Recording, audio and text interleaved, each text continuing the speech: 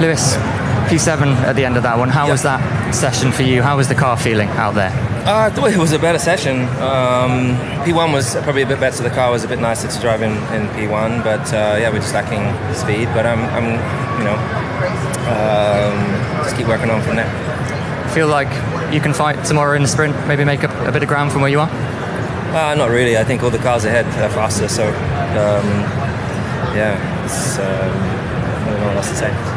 We've got the main qualifying session and Grand Prix coming up, of course, a chance to reset in the middle of that. So do you have some ideas of what you could maybe do differently with the car? There's always ideas, whether or not they're going to be right or not, but there's definitely learnings to take from today, setup changes we made and how the car behaved, and there's definitely work to do to pick up speed going into the rest of the weekend. Okay. Thanks, Lewis. Cheers. Can a 7-times world champion be completely lost in your new team? Is it possible that Lewis Hamilton does not manage to adapt to Ferrari despite all his experience? What he said after the sprint classification of the Miami 2025 GP not only surprised journalists, he also left many more questions than answers. We are going to crumble it. The 2025 Formula One season is presented as one of the most unpredictable in recent years, and within that uncertainty there is a name that inevitably stands out: Lewis Hamilton. The expectation around his signing by Ferrari not only revived the passion of the Tifosi, but also raised immediate questions about how he adapted to SF25, a radically different car than the Mercedes with whom he wrote his legend. And it was in Miami during the sprint classification where we started having the first answers. Not those that many expected, but the most revealing. Miami is not any circuit. The American urban layout requires surgical precision, blind confidence in the rear train, and, above all, a full connection between pilot and machine. Hamilton found nothing like that.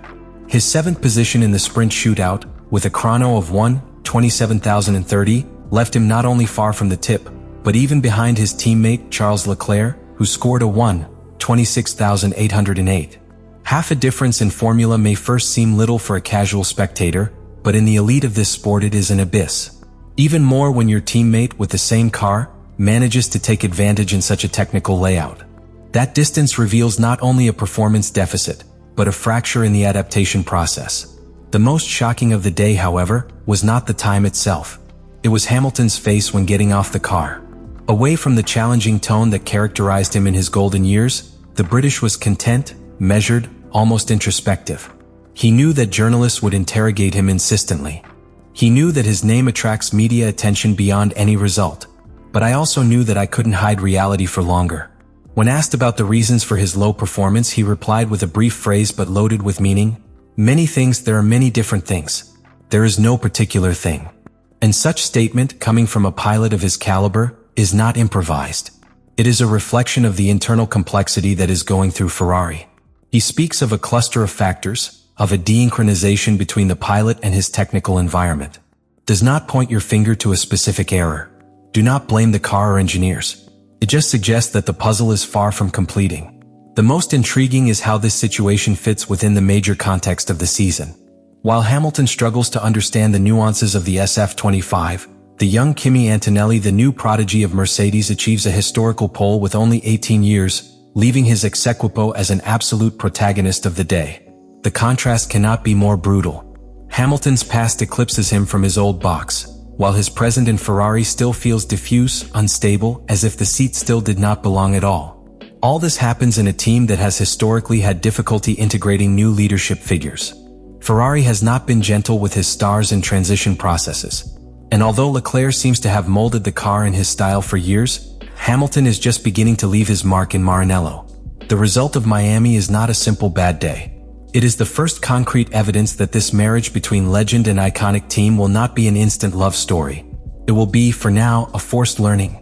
Hamilton is not just a pilot with 7 world titles. It is a historical figure of Formula One, someone who has demonstrated for almost 2 decades that adaptation and resilience can turn talent into a legend.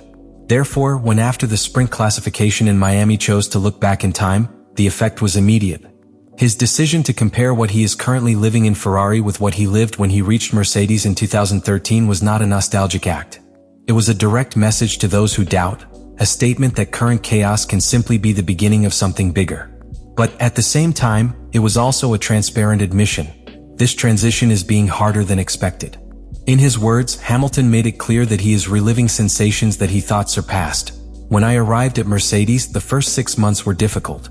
I got used to working with new people. Obviously, the engineers with whom I am working are now used to configuring a car for a pilot and a different driving style, and I am used to driving a car with a different driving style, so it is only a combination of a lot of things. That testimony is invaluable. It is not common for a pilot of his caliber to expose the fragility that entails starting from scratch in a team that also lives under the constant pressure of historical expectations. What Hamilton is facing Ferrari is not just a technical problem. It is a fight against a deeply rooted culture. In Mercedes, the car had been shaped in its style. The team was aligned with their way of thinking, with their work method, with their priorities within cockpit. But in Ferrari, Hamilton has landed in an ecosystem that has evolved for years around Charles Leclerc. Engineers, historical data, simulator references, strategic decisions. Everything has a previous footprint that does not belong to it.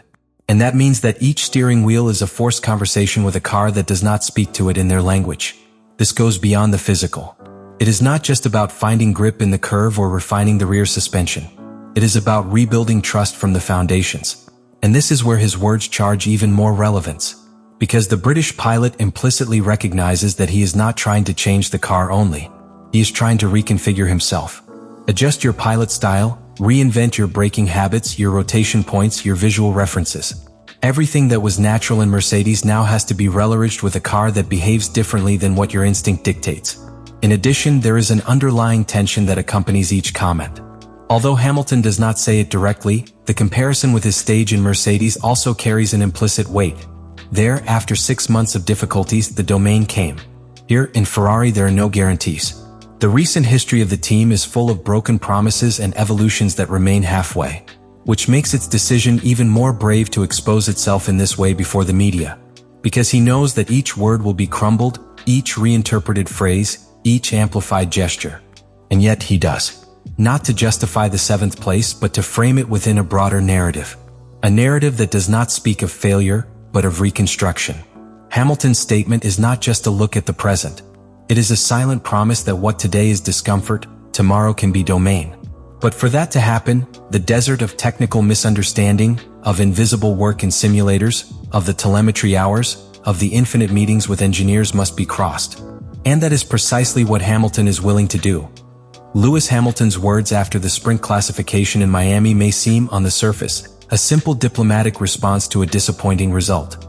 But who knows the history of this sport, and especially Hamilton's trajectory, understands that what he said goes far beyond a conjunctural reflection. Actually, these statements invite us to observe the current moment from a deeper lens. That of a champion who, for the first time in a long time, admits to being far from having control.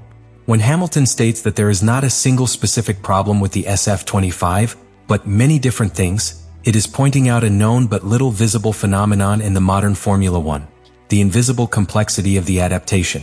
In this era of technical hypopomization, every millimeter of the car is adjusted to the style of those who have piloted it for years. In Ferrari, that pilot has been Charles Leclerc. The car has evolved to maximize its aggressiveness at the entrance of the curve, its preference for a stable rear train, its need for an address that reacts quickly. And Hamilton, accustomed to a completely different platform in Mercedes, now faces a machinery that does not respond to its most basic commands. The true meaning of his words, then, is not in the complaint but in acceptance. Hamilton is not pointing guilty or asking for immediate changes. It is building a long-term narrative. It is explaining, indirectly, that what many could see how bad performance is simply the inevitable beginning of a realignment process. A process in which each setup adjustment, each simulator session, each conversation with the engineers is part of a major plan. Redesign the car from its logic without breaking the ecosystem that Ferrari already has. And that is one of the most ignored keys in superficial evaluations. Hamilton has not reached Maranello to destroy what Leclerc has built. It is not a war of egos or an internal struggle. This is convergence. To find common points between two radically different styles. That requires time, humility, and, above all, resistance to external criticism. Because in Ferrari, everything is magnified. A bad result is not just an anecdote, it is a media storm. A gesture of frustration becomes holders. A technical comment in suspicion of crisis. In that context, the serenity with which Hamilton addresses its adaptation is not a weakness. It is strategy. Recognizing that there are multiple factors behind its difficulty, it is preparing the ground for a silent transformation. He is asking, without saying, the necessary space to mold Ferrari in his image without destroying his essence. Because he knows that if he gets it, the result can be as successful as his stage in Mercedes. And if he doesn't get it, it won't be due to lack of effort. In addition, when talking about his first 6 months in Mercedes, Hamilton is remembering that even great empires need time to form. When Brackley arrived in 2013, he was also subject to doubts. He also had to get used to new methods. He also had to rebuild. But once he found his place, nobody could stop him. With Ferrari, the story could be repeated or not. And in that or not is the real risk to be run. Because beyond the titles, beyond records, what Hamilton is trying in 2025 is even more ambitious, transcending once more. It's not just about adapting to the car. It is about rewriting its legacy within the most iconic team in history. And like every great story in Formula One, it also begins with a difficult chapter. But if there is someone who can turn the difficulty into domain, that is Lewis Hamilton.